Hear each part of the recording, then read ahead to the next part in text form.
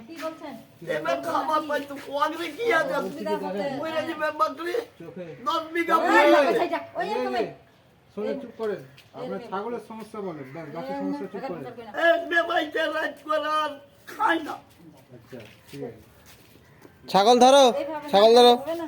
হ্যাঁ এইভাবে না করলে হবে না। দেখেন মা তোকে ড্রপ দিচ্ছি না ওগুলো ধান পালা যে বাবু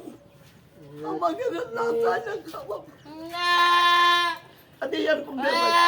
ট্রিটমেন্ট তো করছে আপনার তো পয়সা লাগবে না সেটাই তো বলছে আরে এরকম করছে রাইত মান